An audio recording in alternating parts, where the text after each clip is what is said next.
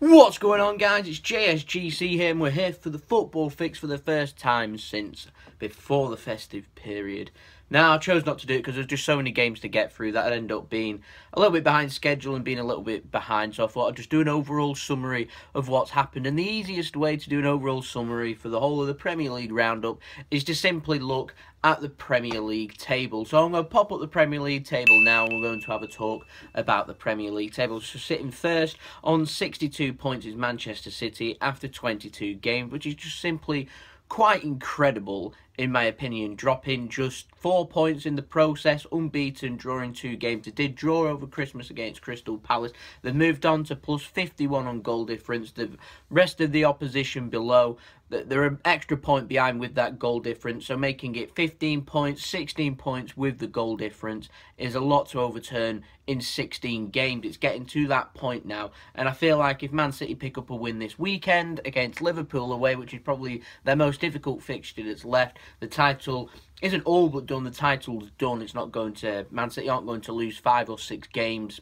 in a row, basically, to allow the other opponents in, and then they have to win all the games. Simply isn't going to happen. So, in my opinion, beat Liverpool, title with... people already stopping talking about it. I'd stop talking about it if they win that. So we're having a look at below.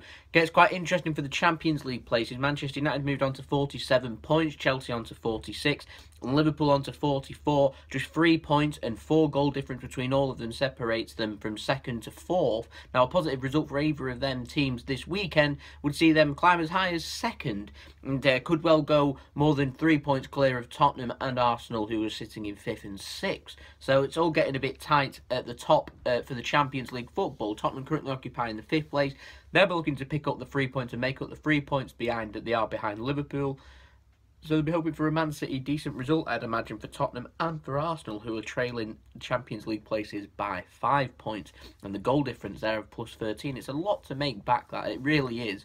So Arsenal have got a lot of work to do. Sitting in 7th, it's good for Burnley. Look how well Burnley are doing. You feel like Burnley just need a couple more wins and they're already safe. And we're looking at 16 games to go. There's no reason why they can't be aiming to try and finish in that 7th place spot, and hope that it looks like it's going to be possibly Manchester City and Chelsea or Arsenal in the League Cup final, which means that you'd imagine that any of them are probably going to finish in the top 6. So they'd be hoping for an FA Cup win for any of the sides that are in the top 5.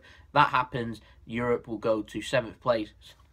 So it's quite an interesting race there for Burnley, who sit 4 points clear at Leicester. They'd be confident. I'm sure Everton are confident.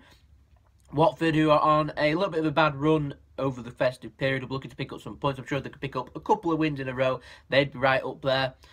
And then we've got Huddersfield, who are sitting there on 24 points on minus 17. That's quite a lot, actually, for a team that's sitting in 11th place for goal difference. And then sitting on 23 points is Brighton, 22 points Newcastle. So all of the 3 promoted teams all sitting quite comfortably in mid-table at this moment in time. Crystal Palace done so well under Roy Hodgson since he's come in. They look doomed, if you remember back at the beginning of the season when they were sitting bottom. They couldn't score, they couldn't pick up any points. It was all bad. Now look at them, they're sitting 14th. They're looking at maybe 5, 6 more wins for Premier League survival. They've got 16 games. That's a win every 3 games. More than doable. It's more than doable for all the clubs at the bottom. They just need a run of form, which Crystal Palace have picked up. West Ham, they're sitting in 15th. Bournemouth into 16th, who are looking... well, I'm sure West Ham and Bournemouth are all both looking over the shoulders over at the relegation zone. Obviously, Southampton not doing very well, sitting down in 20th, and probably the surprise there, in my opinion. Stoke down in 18th place, sitting on 20 points as well. It's just the goal difference that sees them sitting in the bottom 3. They've just sacked Mark Hughes this week, so they're going to be looking for a new manager, and it's very important as to who they employ. They don't want Slavan Bilic.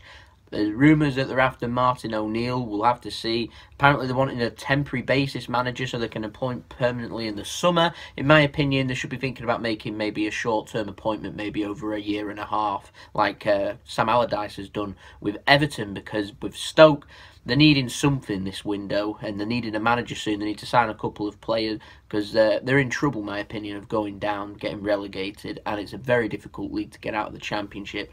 And they've not been in the Championship for quite a while now, So yeah, Stoke have got a lot of problems there, so it needs addressing ASAP. West Brom and Swansea both sitting on 16 points. Goal difference sees Swansea sitting in bottom. Alan Pardew, the new manager at West Brom, they're needing a run of form. Swansea needing a run of form too. So it's all very interesting at the bottom. I'd say the bottom 9, in my opinion. Maybe even we could include Watford with the bad form. So from 10th downwards, all looking over the shoulder at relegation. The little mid-period of Burnley, Leicester and Everton probably looking at Europe and looking between 7th and 10th. If Europe can go to 7th this season, we'll have to see. And then Arsenal, Spurs will be chasing Liverpool. I imagine that they'll both want Liverpool to lose. Then if Man United and Chelsea win, we'll see a little bit of a gap develop. That's only if Liverpool pick up a win. Then Spurs and Arsenal have got a lot of work to do, and Man City sitting very comfortably at the top. Chelsea and Man United, I'm sure, will be more than happy for finishing second and third automatic Champions League spot, because you don't think they're going to be catching Man City unless Man City start to lose, which could well come this weekend with Liverpool away. So there's a Twitter poll on my Twitter, so if you check that out, link is in the description below for all my social media. You follow me on Twitter, participate in the polls, leave your score predictions. You'll feature on my next Football Fix video. Very simple. Check that out.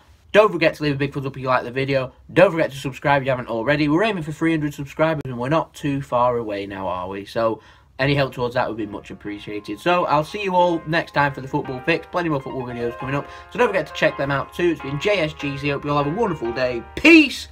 Ciao for now.